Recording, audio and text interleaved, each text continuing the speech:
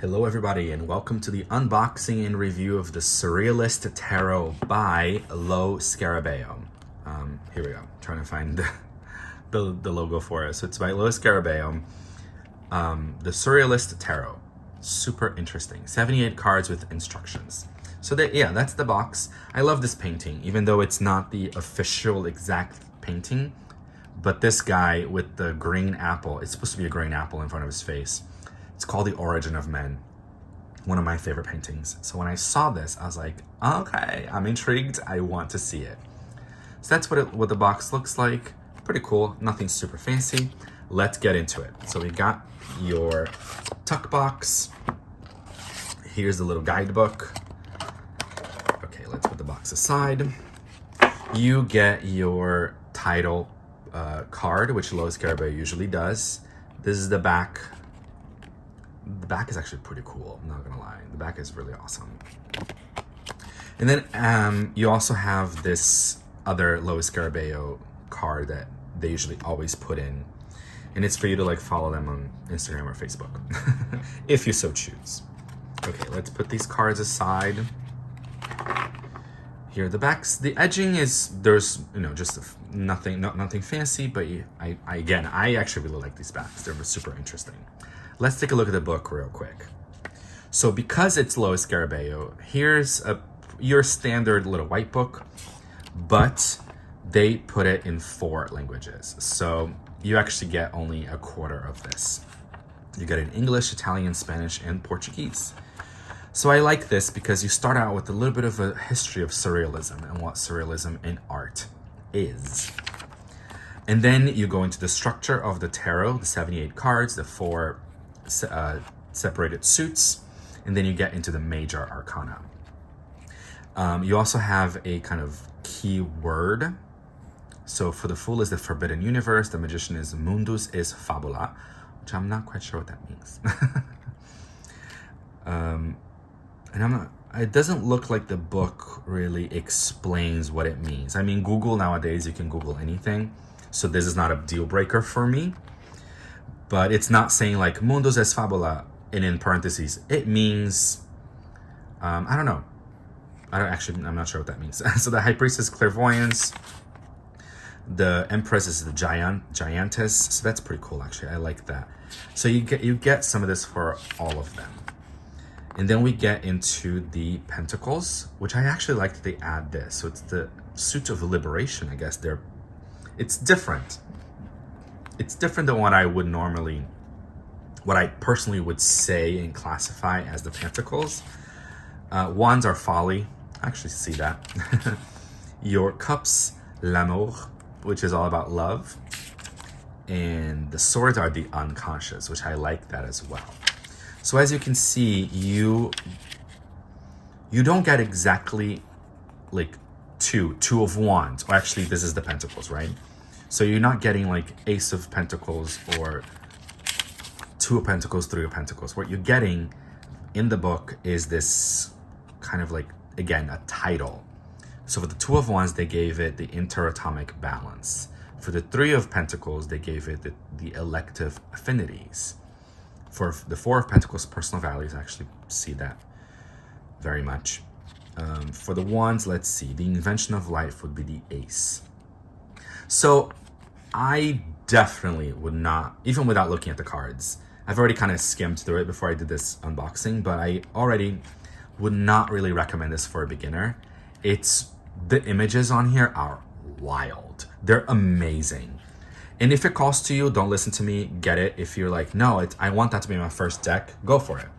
Don't listen to me. But because they put it here in a very different format, it may be confusing for some people. I myself actually see myself reading with this deck for myself, at least to get more acquainted, because I'm actually going to rely on the book quite a bit, which is okay. I want to rely on the book. I want to read from the book and learn from it and get more familiar with the deck, but I wouldn't just like start reading for clients. Okay, so I will show you guys all 78 cards. They are in order. If you don't want to see all of them, you can jump around or you can skip some parts or you can just skip this part altogether, but I will show you all of them. Okay, so let's get started. Here we've got the Fool. There's a lot going on in this image. So it's definitely a deck that you want to spend some time with. The Magician, High Priestess. Also, you have to like surrealism, obviously, right? That's what the deck is. It's very trippy, very interesting. Whoa, this Hierophant is nuts. In a good way, in a good way. The Lovers. It's just, what I want to say is that this unboxing, this review, isn't gonna do it justice.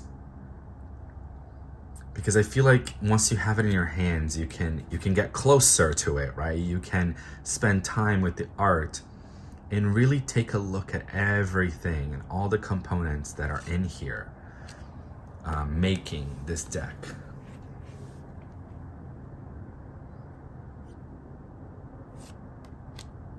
And here we have our cover, which they call it the Wheel. Strength looks like Frida Kahlo.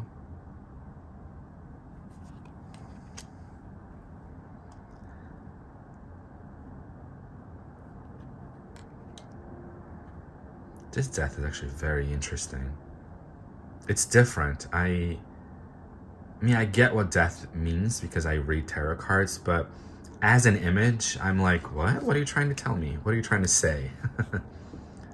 Temperance. So like I said, let me organize these a little bit. So like I said, I almost wish that the book was thicker and gave more. I don't know if there is a book out there that gives more. But again, I want to spend time with this deck. I want to spend time with the book, reading from the book, learning from it, and expanding what the deck has to say beyond just like, okay, the Moon of the Tarot has to do with subconscious, has to do with the unknown, has to do with shadow work, right? Has to do with illusions. This is interesting. You get this fried egg, but it's also like not. Yeah, it's surreal. That's really what it is. One thing is really many things when you spend time with surrealism. So we're getting to the Ace of Cups.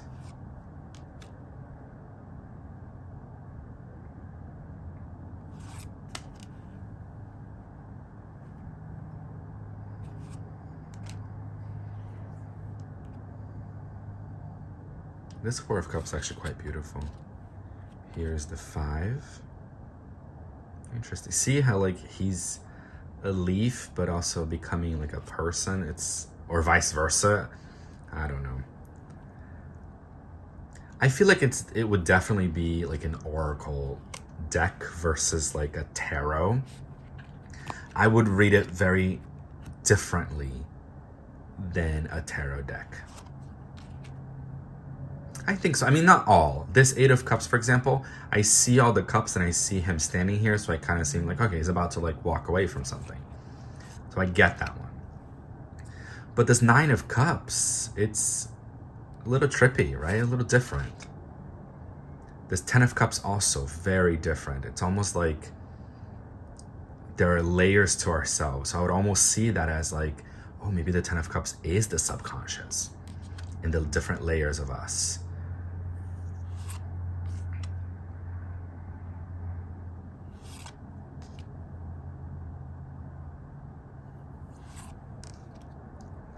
Look at this King of Cups, he's wild. Oh, this Ace of Pentacles is beautiful.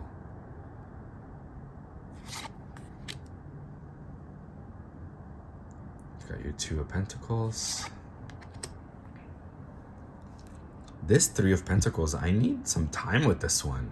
There's a lot of layers to it, wow.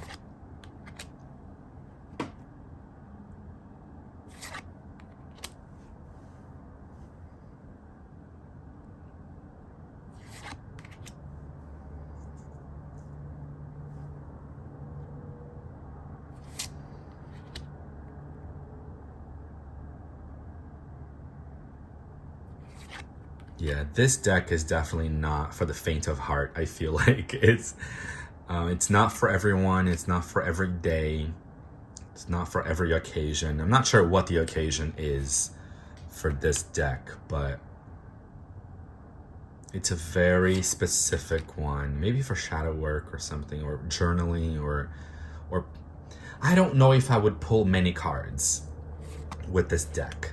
Like to do a Celtic Cross with this deck, I'm not sure. I feel like I would pull maybe 1, 2 cards tops and spend time with the images.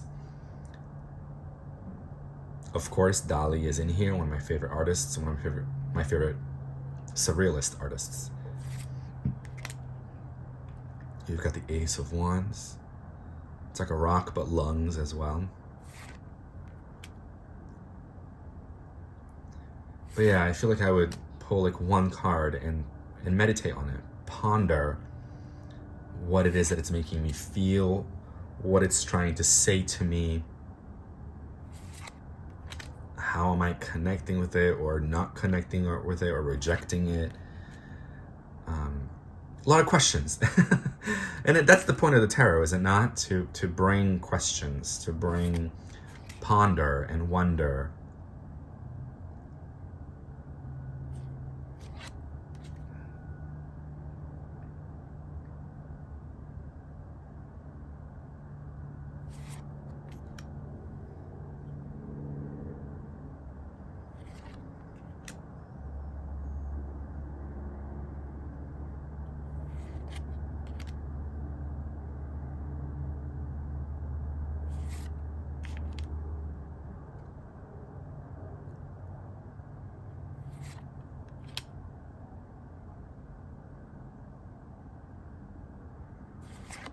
Now we're getting to the swords, the Ace of Swords.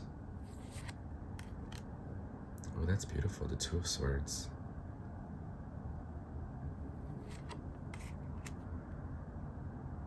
Okay, interesting. Not sure what Facebook is doing in here, but right, Facebook's and emojis is what it looks like for the Three of Swords. Four of Swords. Oh wow, this is really powerful. It's like the minds fighting each other or something. 6.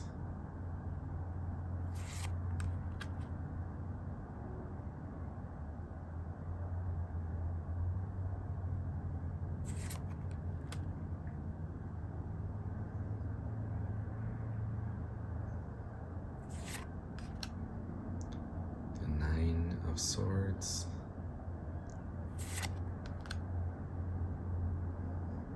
10.